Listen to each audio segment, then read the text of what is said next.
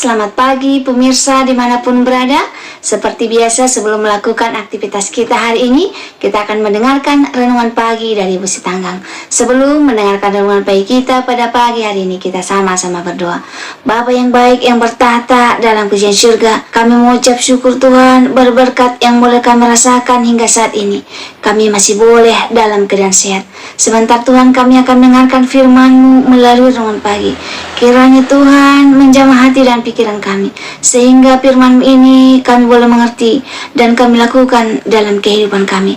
Berkati umat-umat Tuhan dimanapun mereka berada. Biarlah berkat kesehatan, rezeki yang daripada-Mu boleh menjadi bagian mereka. Berkati kami Tuhan sepanjang hari ini. Mohon ampun dosa pelanggan kami, karena kami berdoa dalam nama Yesus yang menebus kami dalam dosa. Amin. Judul renungan pagi kita pada pagi hari ini, Allah sumber hidup.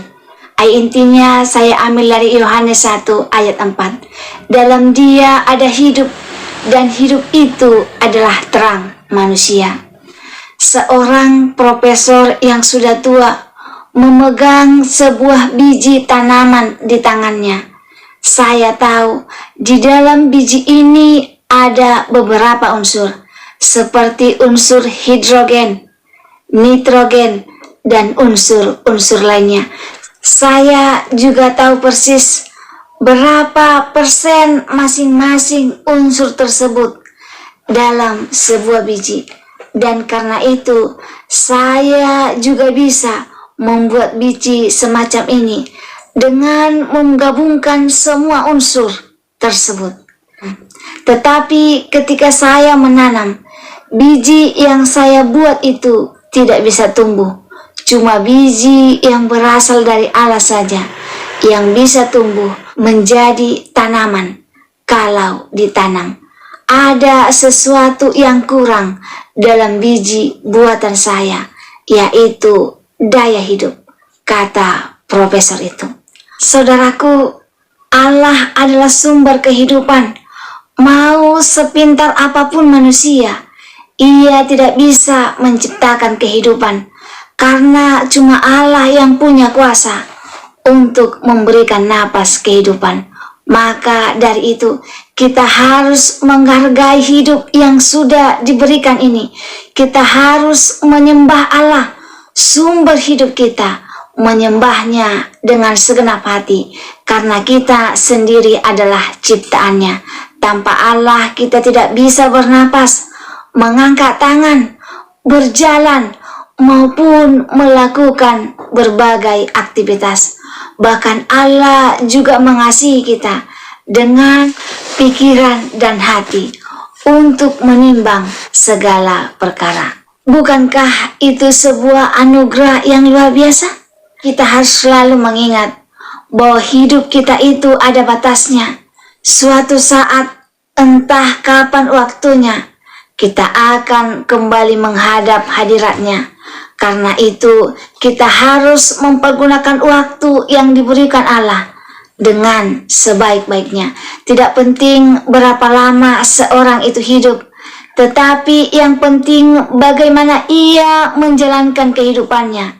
Salah satu yang penting yang bisa kita lakukan dalam hidup kita yang terbatas ini adalah memperkenalkan Allah kepada orang lain, supaya mereka juga mengerti kalau mereka perlu menyembah Allah yang benar. Itu penting, karena faktanya ada banyak orang di sekitar kita yang terbelenggu dengan dosa dan menjalani hidup yang menyedihkan karena mereka belum mengenal Yesus, Allah yang kita sembah. Untuk itu, jalanilah hidup sesuai dengan firman Tuhan. Nikmati hari-hari yang Allah berikan dan beritahukan kepada orang lain betapa baiknya Allah itu, sumber hidup kita. Allah adalah sumber hidup, kemuliaan, dan kesejahteraan. Kita perlu tahu bahwa ular bisa menjadi simbol kematian dan kehidupan.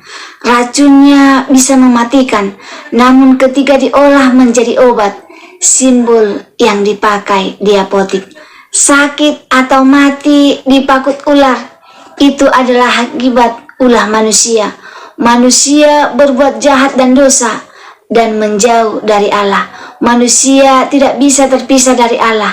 Kalau terpisah, manusia tidak bisa hidup, tetapi mati, karena Allah lah sumber kehidupan. Maka berfirmanlah Tuhan kepada Musa, buatlah ular tedung dan taruhlah itu pada sebuah tiang. Maka setiap orang yang terbagut, jika ia melihatnya, akan tetap hidup. Lalu Musa membuat ular tembaga dan menaruhnya pada sebuah tiang. Maka jika seorang dibagut ular dan ia memandang kepada ular tembaga itu, tetaplah ia hidup. Bilangan 21 ayat 8-9. Di zaman sekarang begitu banyak godaan dan tantangan yang membuat kita jauh dari Allah dan jatuh ke dalam dosa. Belajar dari renungan pagi kita pada pagi hari ini, kita manusia tidak bisa lepas dari Allah.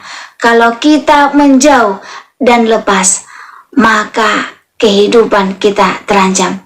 Marilah kita selalu memandang kepada Yesus supaya kita memperoleh hidup, karena Allah lah sumber kehidupan.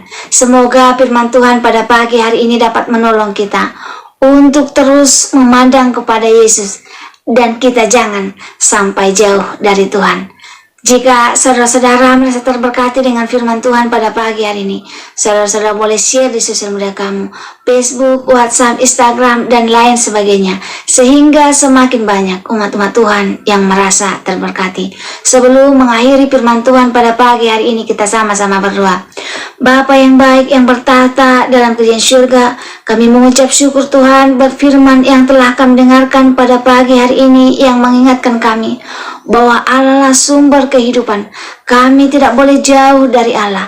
Jika kami jauh, maka kami akan celaka. Tuhan, bantu kami melalui Roh Kudus-Mu untuk selalu mengingatkan kami bahwa kami harus selalu memandang kepada Yesus dan berjalan bersama Yesus, sehingga kami memperoleh kehidupan yang kekal. Terima kasih Tuhan untuk hari ini. Mohon ampun Tuhan dosa pelanggar kami, karena kami berdoa dalam nama Yesus yang menebus kami dalam dosa. Amin. Terima kasih saudaraku telah mendengarkan firman Tuhan pada pagi hari ini. Sampai ketemu besok pagi. Terima kasih. Tuhan memberkati. Tuhan jawab.